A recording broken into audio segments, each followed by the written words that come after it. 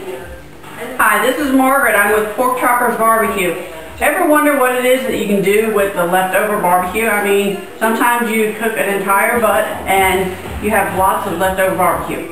Well, today we're going to go over a recipe for barbecue pork tamales.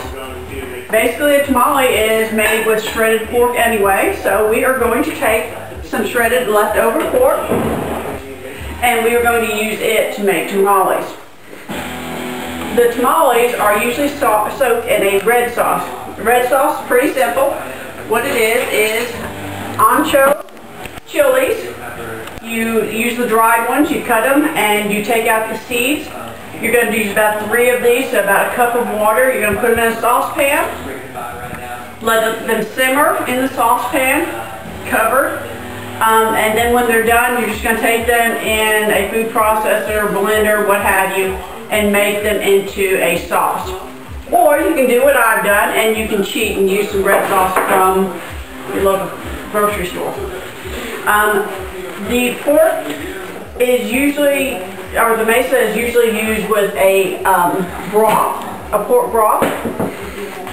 I didn't have pork broth because I didn't cook down the pork product. You usually use an entire butt and cook it down to make the pork broth. So what I did instead was I took some of the barbecue, about 2 cups of barbecue to about 3 cups of water. I let it simmer. I added 3 cloves of garlic because we at my house like garlic, and about half an onion chopped up into the barbecue. Let it simmer, and then separated the shredded pork from the broth. So we now have our shredded pork. To our shredded pork, we added the red sauce and we've set it aside. And we have our cup of broth.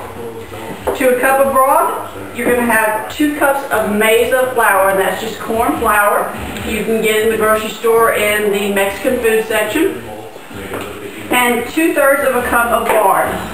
Now I have my lard in this huge cup, and the reason I have it in a huge cup is because if you've ever tried to measure shortening or lard, it's a little bit difficult. So what you do is you put, in this case I needed 2/3, I put 1/3 of a cup of water in my cup, and then I just added the shortening until I came up with a cup.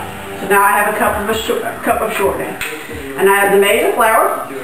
The idea is to try and make I have a little bit of water still in there. The idea is to try to make the mesa flour into kind of a spongy paste. So you put the mesa flour and shortening, and we're going to slowly incorporate the broth into it. It's going to take a few minutes, so we'll get right back with you.